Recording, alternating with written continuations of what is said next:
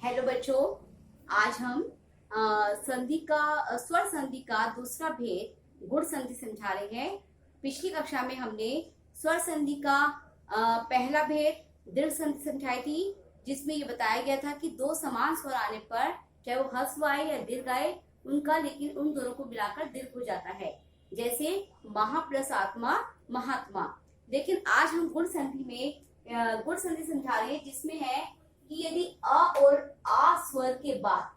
अ के बाद या आ के बाद यदि ह्रस्व या दीर्घ ई उ री स्वर आते हैं, यानी कि ई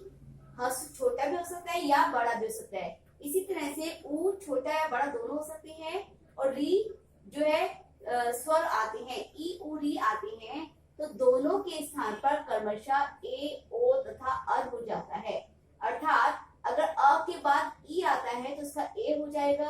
अ के बाद उ आएगा तो उसका ओ हो जाएगा, अ के बाद अगर डी आएगा तो अर हो जाएगा। तो गुण संधि में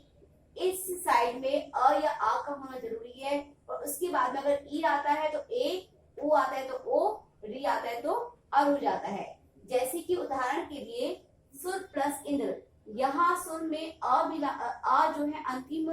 ध्वनि अ है, और दूसरा शब्द इंद्र का पहला वर्ण है ई, तो आ और ई मिलकर क्या बन गया ए, यानी कि हमें सुरेंद्र में हमने दो मात्राएं, सुरेंद्र में हमने एक की मात्रा लगा दी।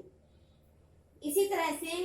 पर प्लस उपकार, इसमें अ है और यहाँ आपका ओ है, तो आ और उ मिलके ओ बना, और यहाँ पर हमने आ और उ हटा के ओ की मात्रा लगा दी परोपकार।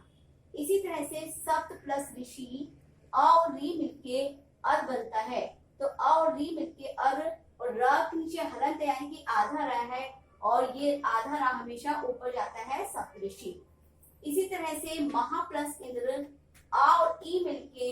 ए बना, और आ और ई को हटाकर ए की मात्रा लगा दी हमने महेंद्र। जल प्लस उर्मी, अ प्लस उ मिलके ओ बनता है जलोर्मी। इस तरह से गुण संधि में हमने जाना कि अ या आ के बाद अगर ई आता है या बड़ी आती है तो ए हो जाएगा,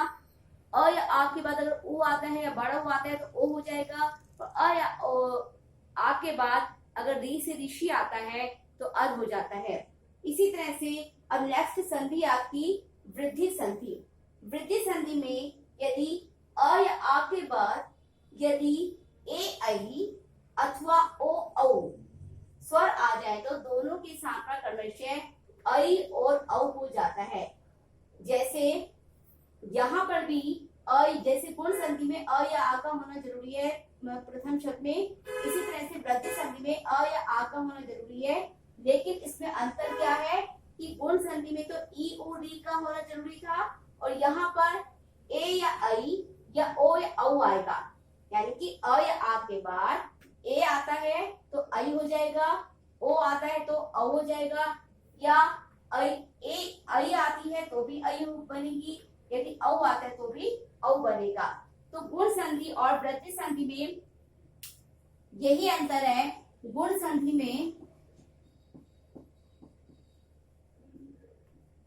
संधि में अ या आ के बाद यदि ई आता है तो उसका ए बनता है, जिसकी ऐसी एक मात्रा होती है ई या बड़ी, और अगर अ या आ के बाद उ आता है या बड़ा उ आता है तो इन दोनों का ओ बनेगा, जिसकी ऐसी मात्रा होती है, और यदि अ या आ के बाद तीसरा है अ या आ के बाद यदि री से ऋषि आता है तो इसका अर बन जाता है। ये आपका गुण संधि में। लेकिन वृद्धि संधि में क्या होगा, यहाँ पर अ या आ तो यहाँ भी होगा, लेकिन यहाँ पर दूसरी साइड में ए या आई होगा तो उसमें आई हो जाएगा, जिसकी की दो मात्राएं होती है। इसी तरह से यहाँ अ या आ हुआ तो उसके बाद ओ या औ आता है तो उन दोनों के स्थान पर औ हो जाता है, जिसकी इस तरह से मात्रा होती है। तो गुण संधि और वृद्धि संधि में दोनों में प्रथम शब्द में तो समान अक्षर होती है, लेकिन जो दूसरा शब्द का पहला अक्षर है वो भिन्न होती है। अगर ई ओ डी आता है तो गुण संधि होगी, अगर ए आई आता है या ओ औ आता है तो वृद्धि संधि होगी। इस तरह से आपने गुण संधि और वृद्धि संधि में अंतर जाना। धन्यवाद।